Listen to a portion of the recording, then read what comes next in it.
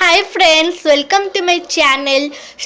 आज के वीडियो में मैं आप लोगों को एग्ज़ाम प्रिपरेशन की एक अच्छी सी मोरल स्टोरी आपको दिखाऊंगी और उसके साथ मैं आपको 10 awesome study tips for any exam and for any class वो भी दिखाऊंगी।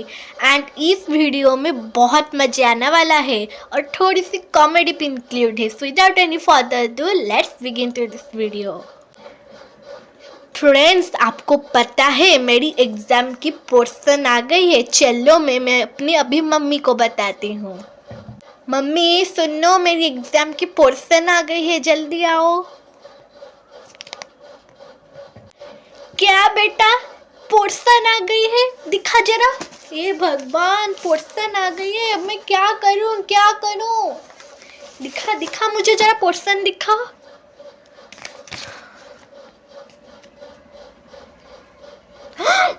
10 दिन सिर्फ है एग्जाम के लिए। 10 दिन, ये 10 दिन में इतना सारा कोर्स में कैसे कंप्लीट होगा? तू सुन, तू अपना एसएसटी का बुक निकाल, साइंस का बुक निकाल, इंग्लिश का बुक निकाल, जल्दी लेकर आओ। पर इतना सारा क्यों? 3 सब्जेक्ट क्यों? एक सब्जेक्ट से नहीं होगा। मैं तुझे जो बोली उतना 3 सब्जेक्ट लेकर आ।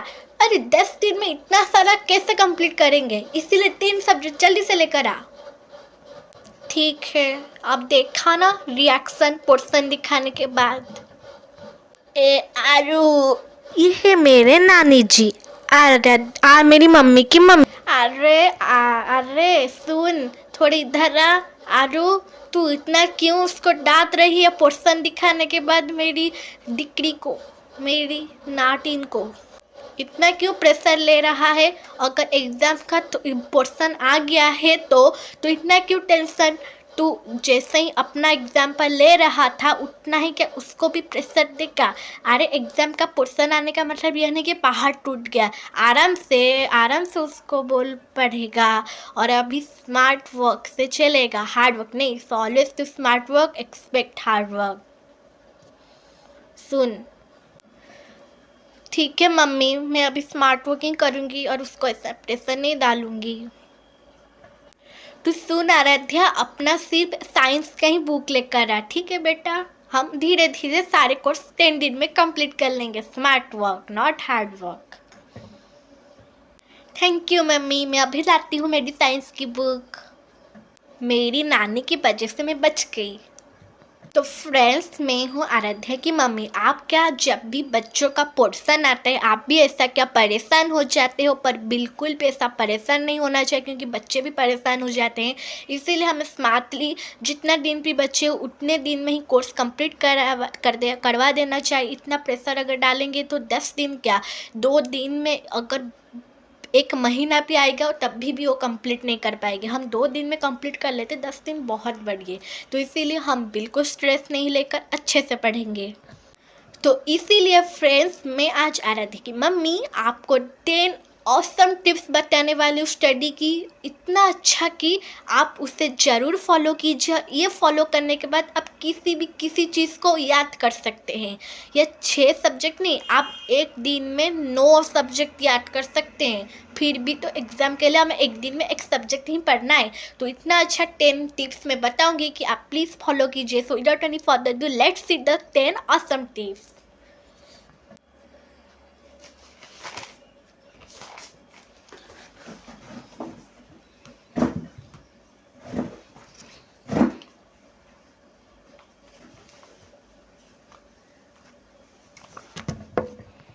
बेटा, तुम ये क्या कर रहे हो? इतना बार क्यों एक जगह पर नहीं बैठ कर पढ़ते हो? बार बार सिर चेंज कर रहे हो तुम आराध्या। देखो, हम जब भी एक फिक्स प्लेस, अगर हम एक जगह पर बैठ के पढ़ाई करेंगे तो हमारा फोकस पढ़ाई पर रहेगा। अगर हम इधर से उधर जाके बैठेंगे तो हमारी कंसंट्रेशन बिल्कुल भी अच्छी नहीं होगी। हमें अच्छे से पढ़ना है तो एक जगह फिक्स कर लेना है, ठीक है बेटा? तुम भी एक जगह अपना फिक्स कर लो। ठीक है मम्मी, मैं अपनी एक जगह पर बैठकर अच्छे से फोकस करके पढ़ाई करूँगी। तो अब हम चलते हैं सेकंड टिप्स पर। Tip number 2। तो बच्चों सेकंड टिप्स यही है कि हमें अपना टाइम टेबल सेट करके रखना है। क्यों रखना है मैं अभी आपको दिखाती हूँ छोटी सी शॉर्ट्स आराध्या की। मैं अभी बैठ के 30 मिनट पढ़ाई करूँगी और 1 घंटा टीवी देखूँगी और 30 मिनट पढ़ाई कर लूँगी और 2 आवर्स खेलूँगी। देखे बच्चे लोग अब आराध्या को कैसे ही वो सोच रही है किस टाइम से वो क्या करे और किस टाइम से क्या करे। तो इसीलिए हमें एक पीस ऑफ पेपर में अपना टाइम टेबल बना लेना चाहिए और उस टाइम टेबल में हमें एक एग्ज़ाम की टाइम टेबल लिख लेना चाहिए कि आप इतने बजे से क्या करोगे, उतना बजे से क्या करोगे। उसके बाद उससे ही आपके ऊपर डिपेंड करता है कि आप क्या करेंगे। उसके बाद लिख लेने के बाद बच्चों आप उसे वॉल पर या आपके स्टडी टेबल के सामने आप किसी भी जगह पेस्ट कर लेंगे जहां आप हर रोज़ बैठ के पढ़ाई करते हो या आपकी ध्यान उसी में ही रहेगी और उसके बाद आपको तकलीफ नहीं होगी किस टाइम से आप क्या करोगे। तो इसीलिए make sure you have one time table. तो बच्चों अभी चलते हैं हम थर्ड टिप पर और थर्ड टिप है और वही थर्ड टिप है हमारी एग्ज़ाम कैलेंडर। तो ये एग्ज़ाम कैलेंडर का मतलब क्या होता है और ये बनाना इम्पोर्टेंट भी होता है। तो चलिए जान लेते हैं। तो सबसे पहले जानेंगे कि एग्ज़ाम कैलेंडर होता क्या है ना। एग्ज़ाम कैलेंडर होता है कि एक आप पीस ऑफ पेपर लोगे और उसमें आप डेट लिखोगे कब किस दिन पर कौन सा एग्ज़ाम है। उसके बाद सीरियल बनाकर जितना भी आपका एग्ज़ाम है जिस डेट तक आप वहीं पर लिख लोगे और उसके बाद आप लिखोगे पर्टिकुलर सब्जेक्ट का कितना कितना चैप्टर आएगा। तो सबसे पहले मैं आपको एक टिप्स बताती हूँ कि आप एक पीस ऑफ पेपर से अपना सारे चैप्टर्स जो भी गिरेगा उसे नोट डाउन करके अपने पास रखिए संभाल कर, क्योंकि अभी तो ऑनलाइन एग्ज़ाम होगा इसीलिए पोर्शन भी ऑनलाइन पीडीएफ बनकर आएगा। इसीलिए पीडीएफ कभी कभी खुलने में थोड़ी सी दिक्कत होती है नेटवर्क इशू की वजह से या कभी कभी डिलीट भी हो जाती है। इसीलिए आप सेफली अपने पास एक प्रिंट आउट करके अपने पास रख लीजिए। और उसके बाद क्या करना है ना, उसके बाद हम लिख लेंगे किस तारीख को कौन सा एग्ज़ाम है। उसके नीचे हम लिखेंगे कि ये साइंस का कितना चैप्टर आएगा और इंग्लिश का कितना चैप्टर आएगा। इससे हम एक टेबल बनाकर एक पेंडिंग हम ऐसे बनाकर लिख लेंगे और उसके बाद हम एक बनाएंगे कि हमारा कितना चैप्टर कंप्लीट हो गया है और कितना पेंडिंग रह गया है और कौन सा चैप्टर डाउट है। ऐसे बनाने से आप कौन सी भी सिलेबस आपकी मिस नहीं होगी, सारे की सारी वर्क कंप्लीट हो जाएगी। और ये टिप्स की वजह से आराध्या अच्छी स्कोर करती है और ये उसकी फेवरेट टिप्स है। तो अभी आपको ये टिप्स समझ आ गई। तो अभी हम चलते हैं फोर्थ टिप पर, 4 नंबर टिप। तो ये फोर्थ टिप बहुत ही प्रैक्टिकल है और ये फोर्थ टिप का नाम है learning style. Find out your learning style. आपको अपना खुद का लर्निंग स्टाइल, आपको कैसे ये चीज़ सारा मतलब ये स्टडी का चीज़ आपको कैसा याद रहता है। यह कोई किसी बच्चे को पढ़ के याद हो जाता है और किसी बच्चे को लिख के याद हो जाता है और किसी बच्चे को सुन के याद हो जाता है। इसीलिए आप अपने लर्निंग स्टाइल को अप्रोच कीजिए और जानिए कि मैं क्या करने से मुझे अच्छे से याद रहता है। और अगर आप नहीं जान पा रहे हैं तो आप अपने पेरेंट्स को पूछ सकते हैं या टीचर को पूछ सकते हैं, खुद भी जान सकते हैं। आप पहले रीडिंग कीजिए, उसमें अगर याद आ गया तो अच्छी बात है और उसके बाद राइटिंग कीजिए, अगर उसमें अच्छी बात याद आ गया तो, और लिसन कीजिए एक स्टडी के लाइन्स को तो उसमें याद आ जाएगी तो बढ़िया बात है। इसमें आप जान सकते हैं कि आप किसी तरीके से आप कैसे जान लेते हो सारे पढ़ाई। अब मैं अभी आराध्या को पूछती हूँ किस तरीके से पढ़ाई अच्छे से याद रखती है, रीडिंग, राइटिंग या लिसनिंग से। हे आराध्या इधर आओ, इधर आओ। तो फ्रेंड्स मैं मेरी अपने आप को टेस्ट की, मेरी मम्मी जो बोली मम्मी मुझे ये टिप्स, तो मैं उससे जान पाई कि मुझे राइटिंग करने में लिख कर मुझे याद रह जाता है और सुन के भी। तो ये 2 टिप्स, ये 2 चीज़ से मुझे याद रह जाता है। और एक मैं आपको चीज़ बताऊंगी कि ये मेरी मम्मी से मैं सीखी हूँ कि आप अपने फ्रेंड्स के तरीके से मत पढ़िए, याद कीजिए। अगर आपकी फ्रेंड्स रीडिंग में याद रह जाती है तो आप सोचोगे मैं भी रीडिंग से याद करूँगी, पर नो, आपको अपना तरीका ढूंढ के अपने तरीके से पढ़ना चाहिए। जैसे कि मैं राइटिंग और लिसनिंग। शाबाश मेरे बेटे, शाबाश आराध्या। तो बच्चों, अभी 5th टिप मैं आप लोगों को बताने वाली हूँ, शेयर करने वाली हूँ। और 5 नंबर टिप्स यही है कि रिव्यू एंड रिवाइज आपको करना है। मम्मी, मैं रिवाइज का मतलब तो जानती हूँ, पर ये रिव्यू क्या होता है? बेटा, रिव्यू का मतलब यही होता है कि आप तुमको ये पैराग्राफ अगर याद रह गया या चैप्टर याद रह गया तो आप उसे क्लोज कर लो, और उसके बाद आप ऐसे बुक को क्लोज करके उसके बाद एक नोटबुक पर आप क्वेश्चन सारे कॉपी कर लो, पर आंसर नहीं लिखना है। और उसके बाद एक के बाद एक क्वेश्चन पढ़कर आप उस आंसर को कॉपी पर लिखो, और उसके बाद आप बुक को ओपन करो और देखो आप कितना सही किए हो और कितना गलत किए हो। ये होता है रिव्यू। और रिवाइज का मतलब यही होता है कि जो पॉइंट आप गलत लिखे हो या ये चीज़ आपको याद नहीं रह रहा है तो आप उसे फिर से पढ़ के रिवाइज कर लो, या आपका जो भी चैप्टर हो गया है उसके और एक बार भी आप पढ़ लो, तो ये रिवाइज होता है। तो रिव्यू और रिवाइज का मतलब बहुत सिंपल है। तो ये करने से आप जान पाओगे कितना मेरा हो गया है और कितना मेरा नहीं हुआ है। मैं उसे फिर से पढ़ के याद कर लूँगी।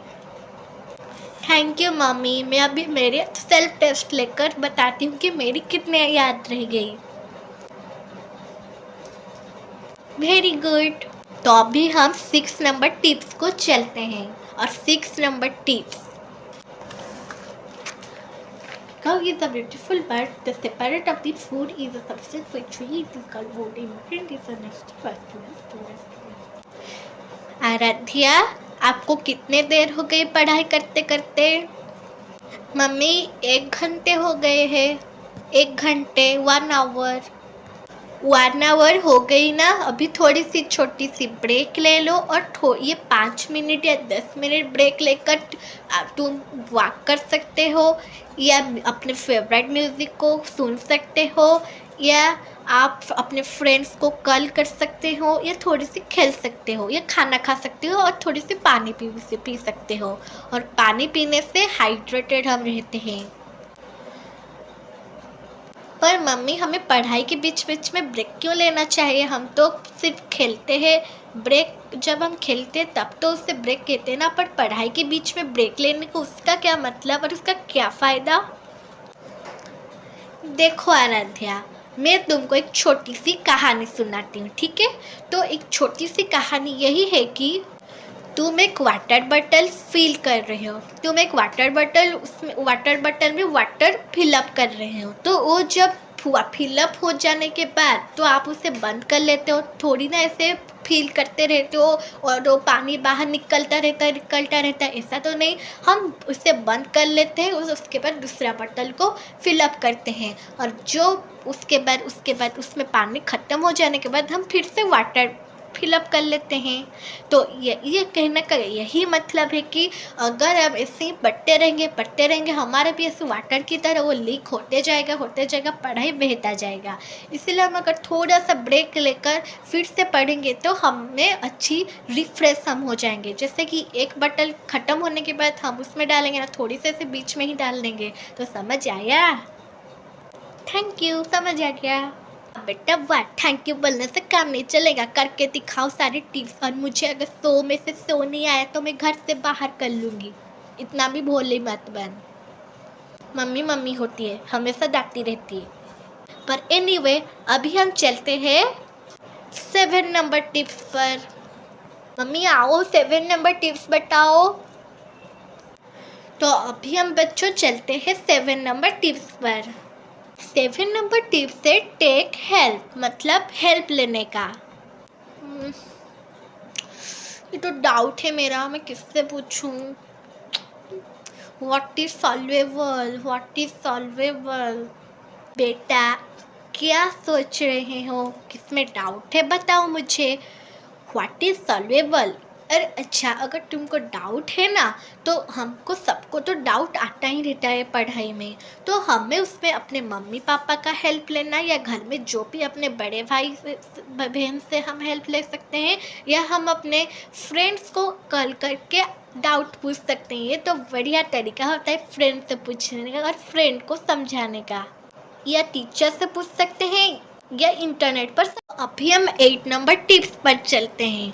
तो 8 नंबर टिप्स से फाइंड योर मोटिवेशनल, अपना मोटिवेशन को ढूंढो। मम्मी, मुझे बोरिंग लग रही है, मैं और पढ़ाई नहीं कर सकती, क्या करूं? बेटा अच्छा बताओ, पहले तुम पढ़ाई किस लिए करते हो? तो कोई तो कारण होगा, रीज़न होगा। मम्मी, मैं पढ़ाई कुछ बड़े होकर बनने के लिए करती हूँ और टीचर से अच्छी बात सुनने के लिए और प्राइज लेने के लिए और टॉपर बनने के लिए और अच्छी बनने के लिए और कुछ बनने के लिए, किसी को सिखाने के लिए। सही बात है। तो इसीलिए अब तो हमें पढ़ाई अभी करना है कि नहीं करना है, ये सब पढ़ाई करोगे तो ये सब बनोगे ना, थोड़ी ना ऐसे मैजिकली बन जाओगे। तो बेटा इसीलिए तुम्हारी यही मोटिवेशन है, तो तुम एक छोटी सी स्क्वायर पेपर में उस अपने ये चीज़ लिख लो, व्हाई आई एम स्टडिंग, मैं किस लिए पढ़ाई करती हूँ। उसके बाद आप आंसर लिख लो और उसके बाद अपने सामने ग्लू लगा कर चिपका लो। तो आप जब भी पढ़ाई करते करते बोर हो जाओगे और डीमोटिवेटेड हो जाओगे, तो उसके बाद आप उस पीस ऑफ पेपर को देखोगे और आपको याद आ जाएगा मैं पढ़ाई किस लिए कर रही हूँ, और उसके बाद आप मोटिवेटेड होकर फिर से पढ़ सकते हो। और ये आप अपने मम्मी पापा के पास जाकर उनसे मोटिवेटेड हो सकते हो या अपने फ्रेंड्स के साथ थोड़ी सी बात करके कर सकते हो। तो चलिए हम चलते हैं टिप नंबर 9। नंबर 9 है अपने पढ़ाई को, अपने लॉन्ग आंसर को छोटे छोटे चंक्स में पार्ट में डिवाइड कर लेने का।